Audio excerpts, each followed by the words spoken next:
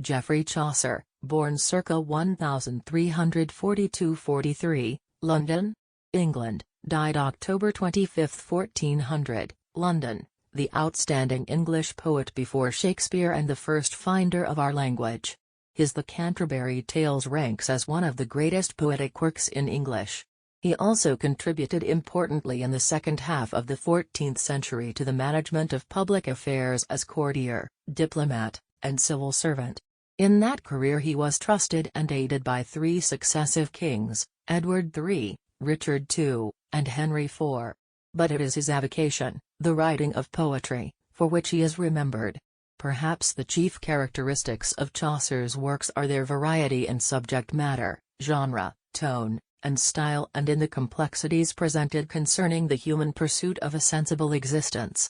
Yet his writings also consistently reflect an all-pervasive humor combined with serious and tolerant consideration of important philosophical questions.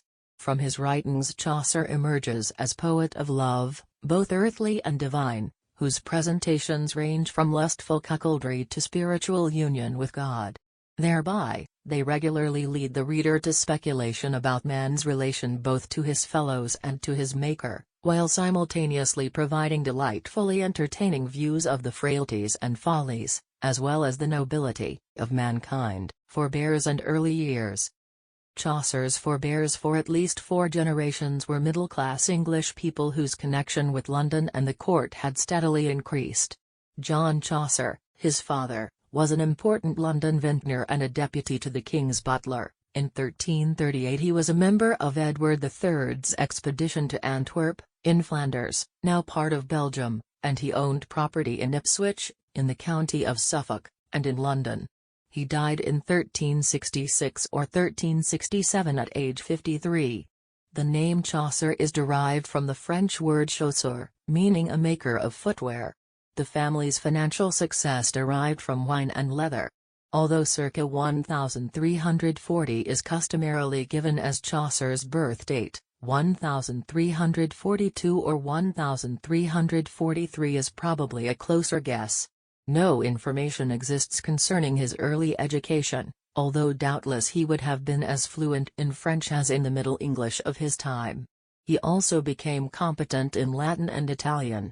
His writings show his close familiarity with many important books of his time and of earlier times.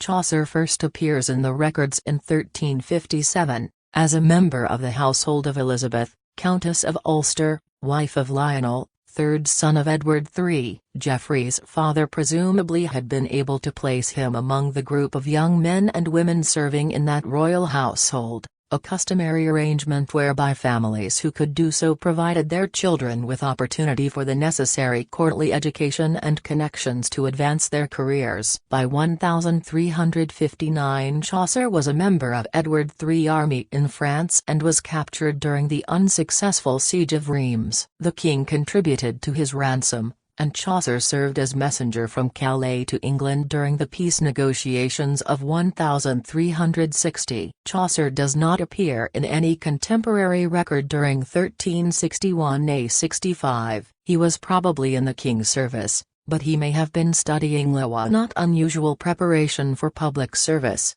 then as now, as since a 16th century report implies that, while so engaged, he was fined for beating a Franciscan friar in a London street. On February 22, 1366, the King of Navarre issued a certificate of safe conduct for Chaucer, 3 companions, and their servants to enter Spain. This occasion is the first of a number of diplomatic missions to the continent of Europe over the succeeding 10 years, and the wording of the document suggests that here Chaucer served as chief of mission.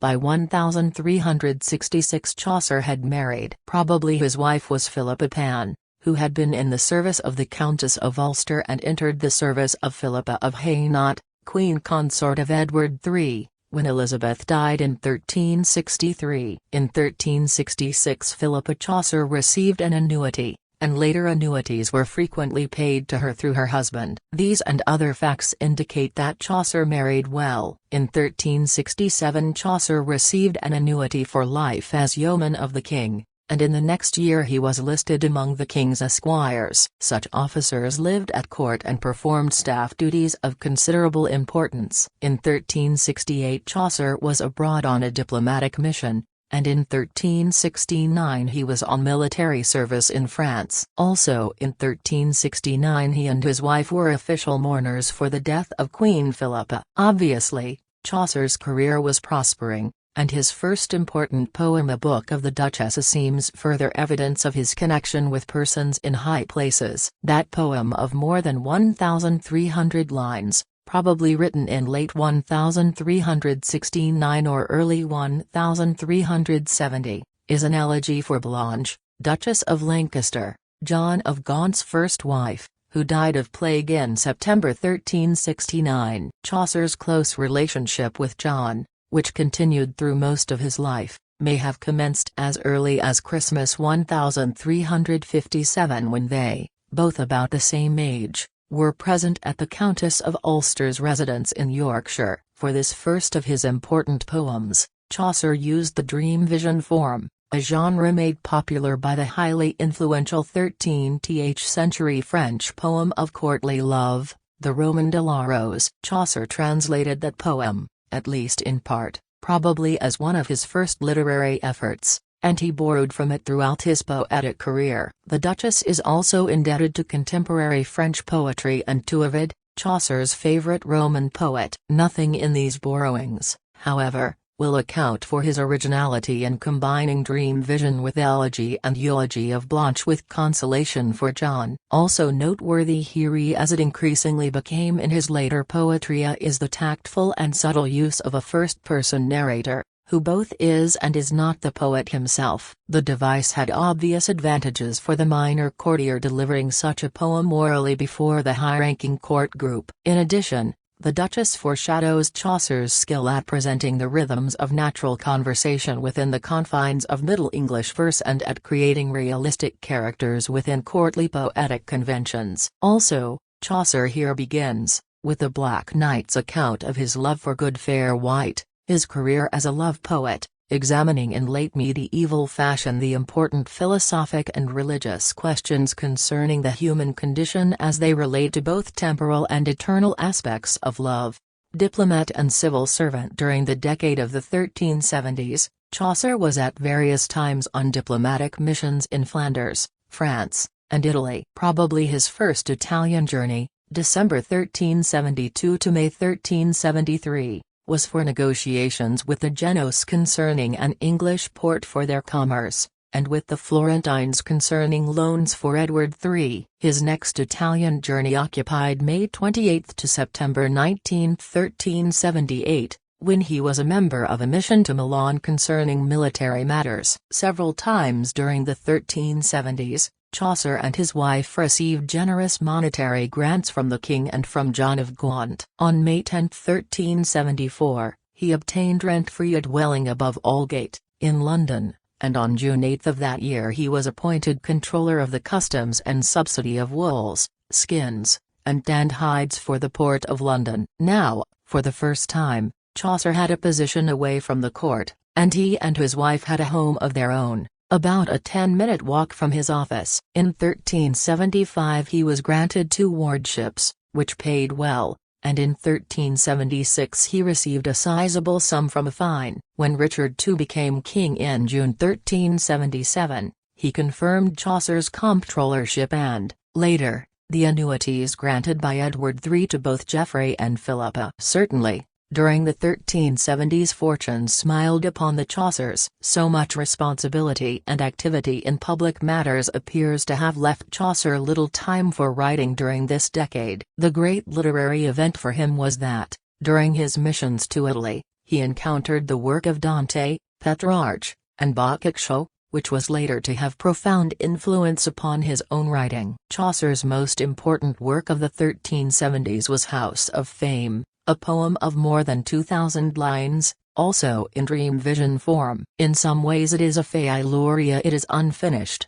its theme is unclear, and the diversity of its parts seems to overshadow any unity of purpose, but it gives considerable evidence of Chaucer's advancing skill as a poet. The 8-syllable meter is handled with great flexibility. The light, bantering, somewhat ironic tone later to become one of Chaucer's chief effects is established, and a wide variety of subject matter is included. Further, the later mastery in creation of memorable characters is here foreshadowed by the marvelous golden eagle who carries the frightened narrator, Geoffrey, high above the earth to the houses of fame and rumor, so that as a reward for his writing and studying he can learn tidings to make into love poems. Here, too, Chaucer's standard picture of his own fictional character emerges, the poet, somewhat dull-witted, dedicated to writing about love but without successful personal experience of it. The comedy of the poem reaches its high point when the pedantic eagle delivers for Geoffrey's edification a learned lecture on the properties of sound. In addition to its comic aspects, however, the poem seems to convey a serious note. Like all earthly things, fame is transitory and capricious. The Middle Years, political and personal anxieties. In a deed of May 1, 1380, Cicely Champagne released Chaucer from legal action, both of my rape and of any other matter or cause. Rape, raptus, could at the time mean either sexual assault or abduction. Scholars have not been able to establish which meaning applies here, but, in either case, the release suggests that Chaucer was not guilty as charged. He continued to work at the Customs House and in 1382 was additionally appointed Controller of the Petty Customs for wine and other merchandise, but in October 1386 his dwelling in London was leased to another man, and in December of that year successors were named for both of his comptrollerships in the customs. Whether he resigned or was removed from office is not clear. Between 1382 and 1386 he had arranged for deputy as a permanent in 2 instances and temporary in others in his work at the customs. In October 1385 he was appointed a Justice of the Peace for Kent,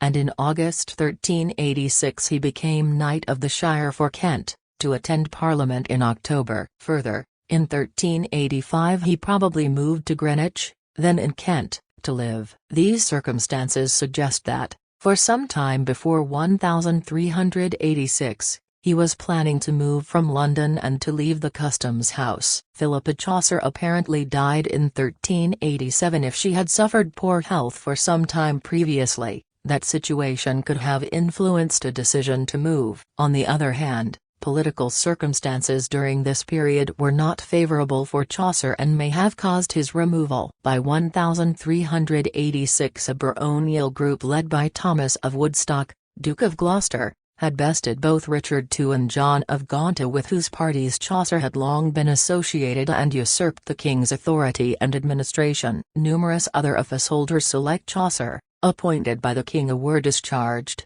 and Chaucer may have suffered similarly. Perhaps the best view of the matter is that Chaucer saw which way the political wind was blowing and began early to prepare to move when the necessity arrived. The period 1386–89 was clearly difficult for Chaucer. Although he was reappointed Justice of the Peace for 1387, he was not returned to Parliament after 1386. In 1387 he was granted protection for a year to go to Calais, in France, but seems not to have gone, perhaps because of his wife's death. In 1388 a series of suits against him for debts began, and he sold his royal pension for a lump sum. Also, from February 3 to June 4, 1388, the merciless Parliament, controlled by the barons, caused many leading members of the court party, some of them Chaucer's close friends, to be executed. In the May 1389, however,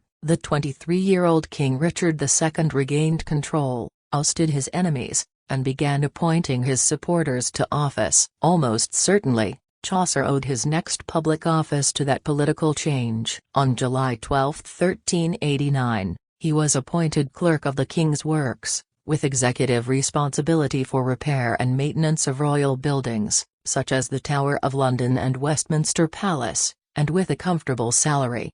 Although political events of the 1380s, from the Peasants' Revolt of 1381 through the merciless Parliament of 1388, must have kept Chaucer steadily anxious. He produced a sizable body of writings during this decade, some of very high order. Surprisingly, these works do not in any way reflect the tense political scene. Indeed, one is tempted to speculate that during this period Chaucer turned to his reading and writing as escape from the difficulties of his public life. The Parliament of Fowls, a poem of 699 lines, is a dream vision for St. Valentine's Day, making use of the myth that each year on that day the birds gathered before the goddess Nature to choose their mates. Beneath its playfully humorous tone, it seems to examine the value of various kinds of love within the context of common profit as set forth in the introductory abstract from the Somnium Scipionus, the Dream of Scipio,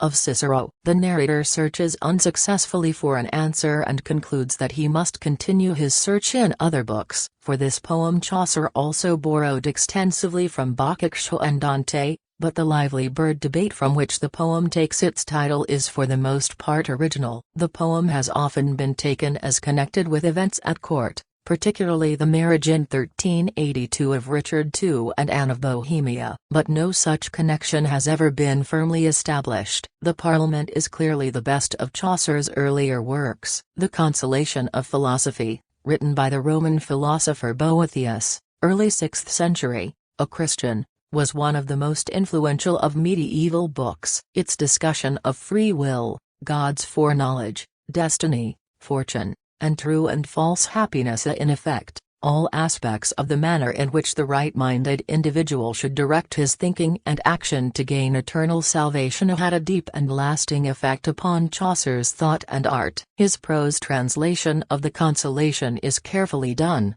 and in his next poem Troilus and Chrissy the influence of Boethius's book is pervasive. Chaucer took the basic plot for this 8,239-line poem from Boccaccio's Philostrato. Some critics consider Troilus and Chrissy Chaucer's finest work, greater even than the far more widely read Canterbury Tales. But the two works are so different that comparative evaluation seems fruitless. The state of the surviving manuscripts of Troilus shows Chaucer's detailed effort in revising this poem. Against the background of the legendary Trojan War, the love story of Troilus, son of the Trojan king Priam, and Chrissy, widowed daughter of the deserter priest Calchas, is recounted. The poem moves in leisurely fashion, with introspection and much of what would now be called psychological insight dominating many sections. Aided by Chryseid's uncle Pandarus, Troilus and Chrissy are united in love about halfway through the poem,